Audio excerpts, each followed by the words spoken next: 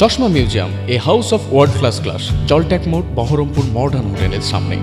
রবিবার ভোর 4:30 নাগাদ কালীবাড়ি সেবা সমিতির মন্দির থেকে উধাও প্রায় 200 থেকে 250 বছরের পুরনো কালী মূর্তি ও তার সোনার অলংকার। ওই মন্দিরের এক সদস্য তিনি জানান যে সকালবেলায় মায়ের মন্দিরে অনেকে প্রণাম করতে আসে। এক ভক্ত এসে দেখে যে মন্দিরের তালা খোলা এবং মন্দিরে যেখানে মূর্তিটি ছিল সেই মূর্তিটি নেই। তৎক্ষণাৎ পুলিশে লিখিত অভিযোগ জমা দেওয়া হয়। মুর্শিদাবাদ থানার পুলিশ ঘটনাস্থলে আসে এবং সিসিটিভি ফুটেজ খতিয়ে দেখে চিহ্নিত করার চেষ্টা চালাচ্ছে।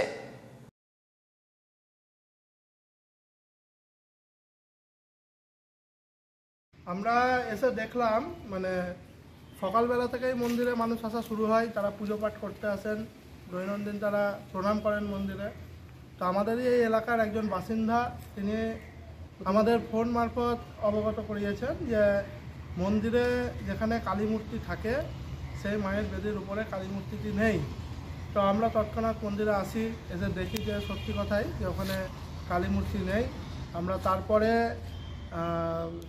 আমাদের মন্দিরে লাগানো সিসিটিভি ফুটেজ সেটা চেক করি এবং দেখি যে কেউ একজন মানুষ সে ভোরবেলায় মন্দিরে আসছে। ভোর মানে কি তখন 4টে কত আর কি 4:30 নাগাদ, সেই সময় তিনি মন্দিরে আসছেন। মন্দিরে এসে উনি মন্দিরের ভিতর ঢুকলেন, এদিক ওদিক ঘোরাফেরা করলেন, করে উপরে চলে গেলেন। তারপরে কিছুক্ষণ পরে তিনি বেরিয়ে গেলেন, তখনও পর্যন্ত ভোরের আলো ফুটেনি।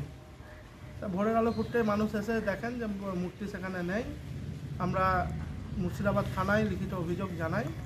মুর্শিদাবাদ থানা তার তদন্ত করেছেন, তদন্ত করে দোষীদেরকে অ্যারেস্ট করেছেন। এখনও পর্যন্ত এতটুকুই খবর আমরা মন্দির কমিটি। চুরি গিয়েছে মায়ের মন্দিরে প্রতিষ্ঠিত মায়ের একটা মূর্তি, কালী মূর্তি।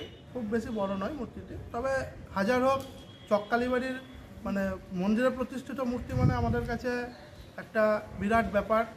তো সেই মূর্তিটা চুরি গিয়েছে। সেই মূর্তিটা পরানো একটা চেন ছিল, সোনার চেন ছিল, সেটা চুরি হয়েছে।